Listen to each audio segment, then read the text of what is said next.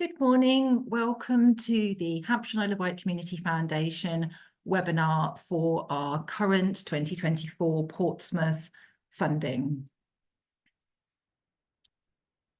So this session today, we've got two funds active at the moment on our website. So we've got the Portsmouth City Community Fund open, and we've got the Montagu Neville Durnford and St Leo Cawthan Fund open.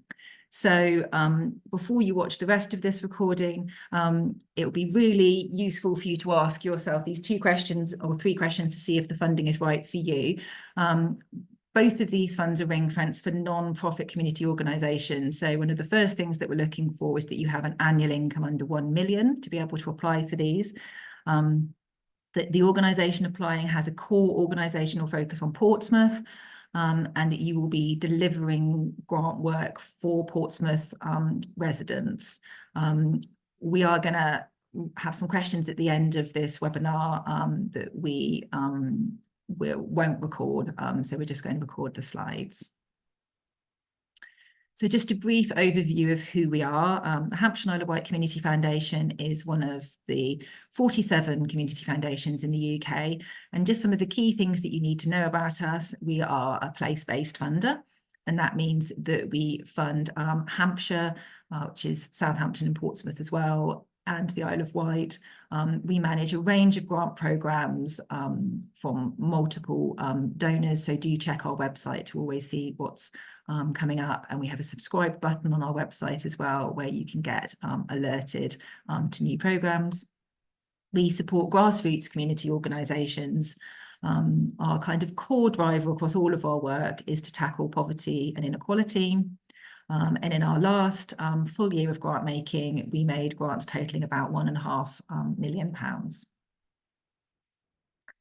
So in terms of who we are in terms of staffing, we've got a very small team. Most of us are part-time. The people that you will predominantly meet when you're dealing with grants is myself, the grants manager. So I'm Joanne. I'm part-time. Cawthan is our grants administrator.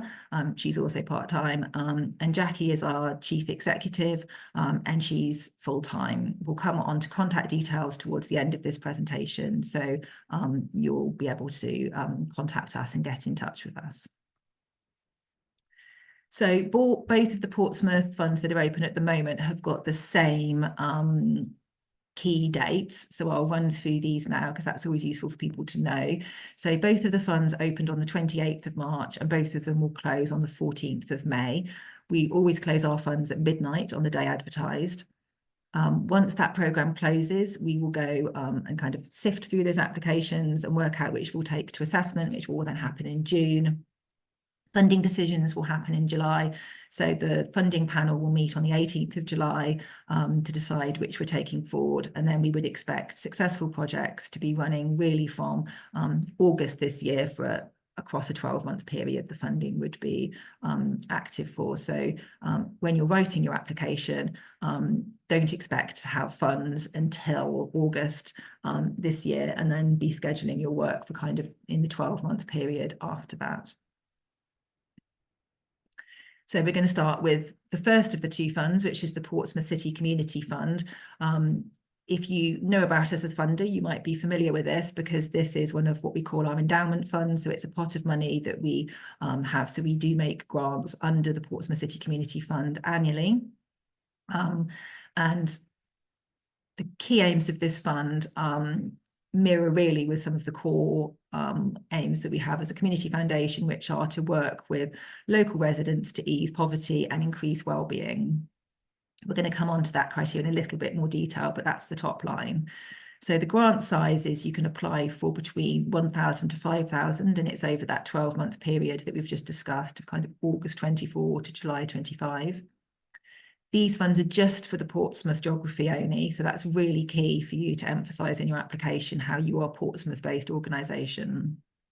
And you need to be hitting our impact themes around either poverty and inequality or health and well-being. So all of our programmes that we run have what's called programme criteria, which means that on top of just showing that you meet our core criteria, which is, for example, that you're a community organisation, or that you're have some of the key policies that we're asking for, like safeguarding, the programme criteria is specific to that particular fund. So the things that we're looking for that are particular to this particular fund, we'll go through now, and there's 3 of them for this particular programme. So the first thing that we're looking for is that your application must be for work that reaches people living hard and challenging lives. So it's up to you to describe to us who your target group is. So it could be that you're working with older people who are maybe on low incomes, who feel isolated. You could be working with new parents who are going through that kind of transition period where they're, maybe feeling isolated, maybe feeling more anxious, maybe feeling that they need different support networks around them.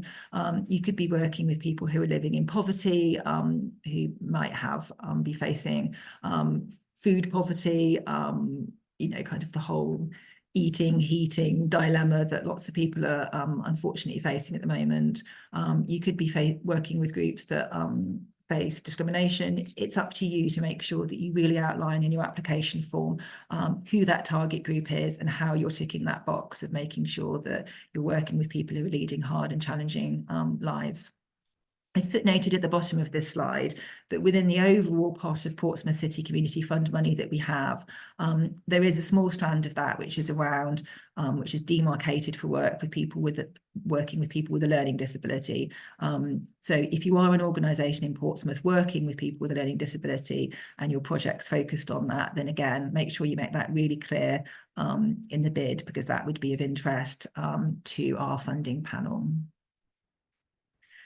So the second programme criteria is that your application must show how local people or people from your target community have really kind of helped you shape and think about the work. So we completely appreciate that if you're working with young people, you might not necessarily have done a very formal consultation process with those young people, but what we're looking for is that you have put in place feedback mechanisms, that you're listening to that community. So it could be something simple like you've got a suggestion box, you've got local people who volunteer for you, you've got local people on your board. We're really interested to see within your application how you're being responsive to that local community. And creating a project and work that will be well received and fill existing gaps within that kind of community provision locally.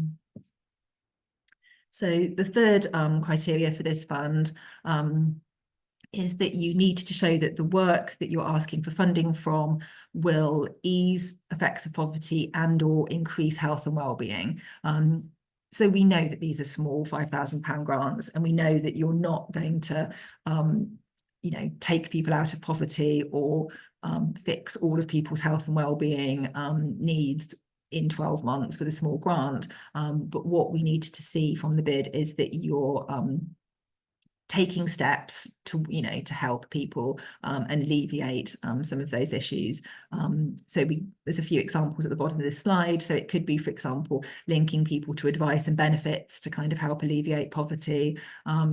If they're suffering with issues with health and well-being, it could be kind of support groups where they maybe feel less alone, or whether they feel like they're part of a network and signposted to help. So there's lots of different ways that this fund can tackle those issues. It's important for you to show how you're helping people take at least those kind of first steps and alleviate some of those issues.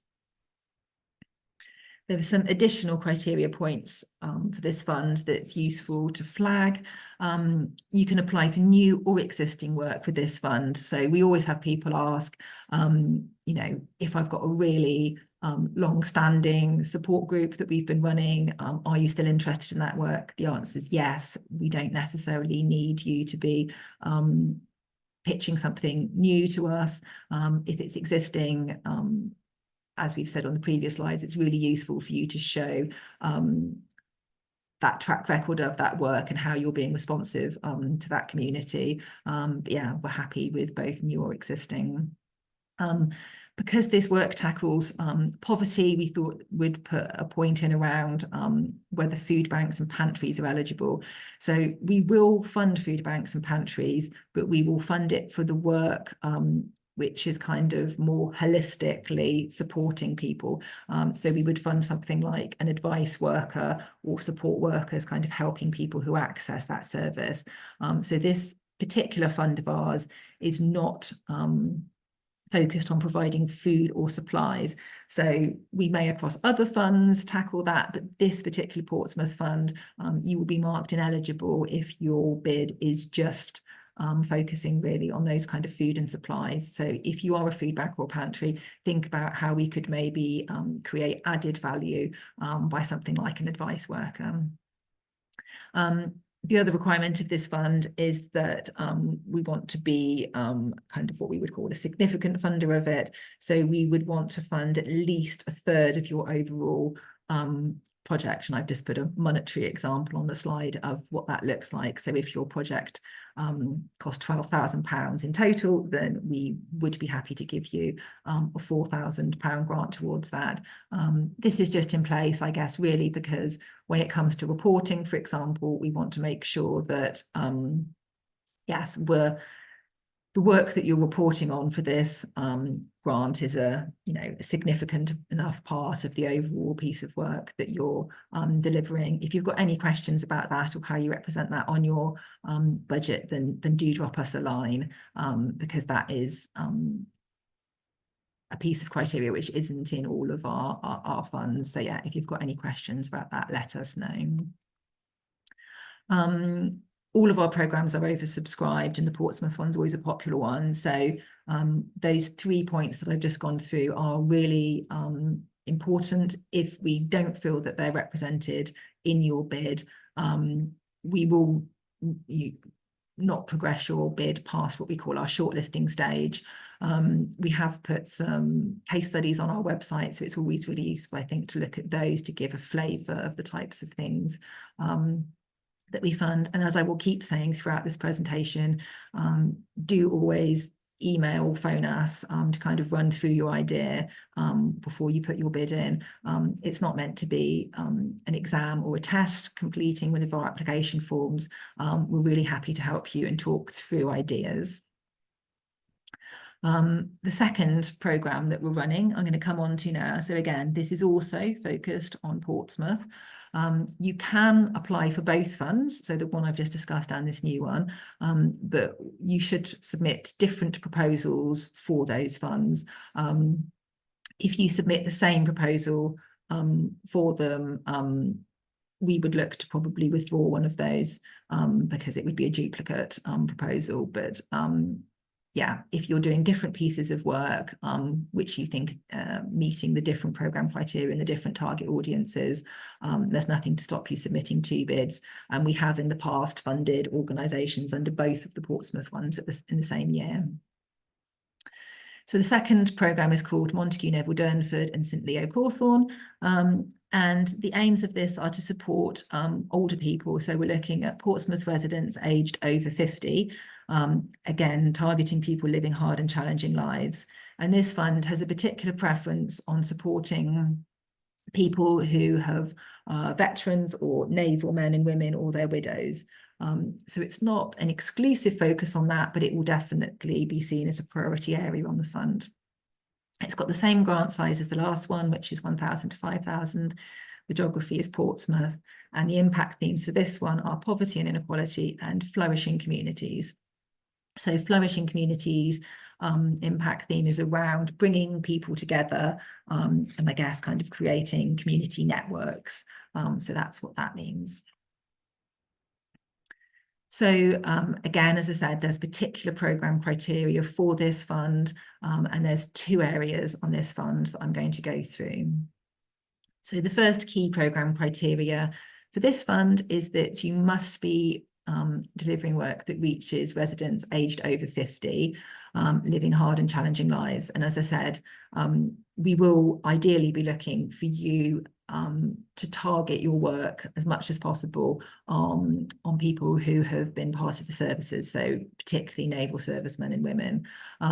So it could be, for example, that you're running a lunch club, and you know that out of the 20 participants who come each week, that 5 of them fulfill that criteria. That's great. Make sure you really flag that in your application to us, that you know that your work is reaching that community. So that's one option. Another option is that you run a project entirely focused on that community. So it could actively be supporting people from that community. Or the third option is that you don't necessarily feel that your work is targeted at it and it's just targeted at older people, but you would like to really promote and target your work so that people from the services know that your work exists and, you know, might be new beneficiaries for that work. So again, you know, have a think about how your work kind of fits this. If you've got any questions, give us a ring. But yes, this will be definitely focusing on work with older people. The second criteria is, I guess, giving slightly more illustration about kind of the types of project that we will fund under this. So we can fund a range of interventions under this fund. It could be supporting older people's independence in their own homes. It could be supporting their health and well-being. It could be supporting older people living in poverty. So again, it could be, you know, kind of that advice work, signposting, benefit stuff. It could be projects that tackle social isolation for older people. So, you know, support groups, lunch clubs, groups that bring older people together for kind of a hobby, so kind of men's sheds type thing, craft groups, projects that support older people to access new skills. So that could be something like digital literacy, for example. You know, we know that lots of older people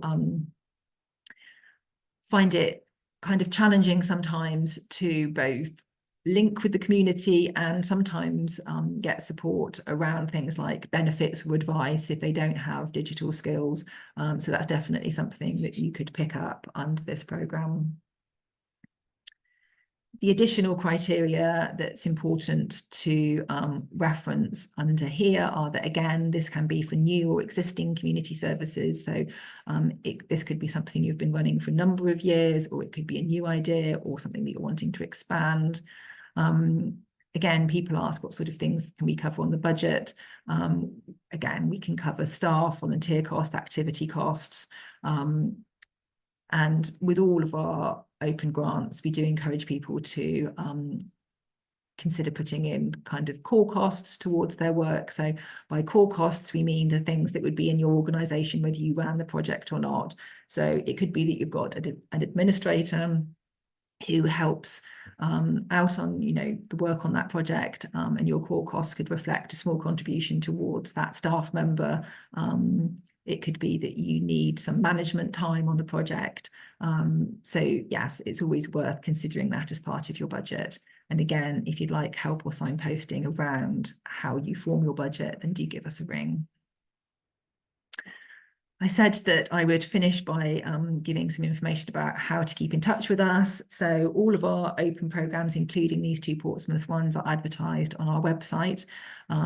So that's listed here, hiwcf.org.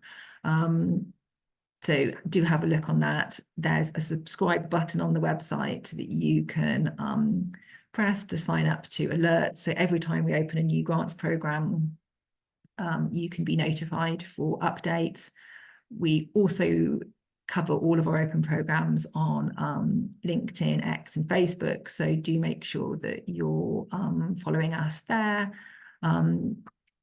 If you'd like to be good old fashioned, call us. We've got our telephone number there. So Catherine and I will, yes, be available on that number, and happy to chat through your applications. Do leave us a message if we're not there, because as I said, we're part-time, and we'll try and give you a ring back as soon as possible.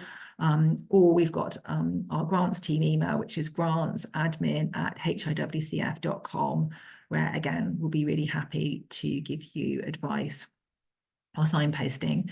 So I hope this has been helpful.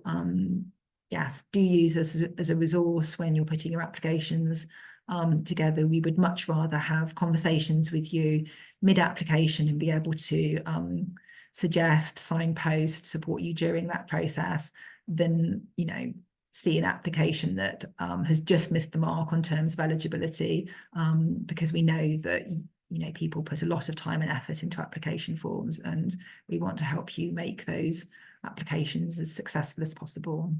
I hope this has been useful. Thank you for your time today, and yes, do keep in touch with us.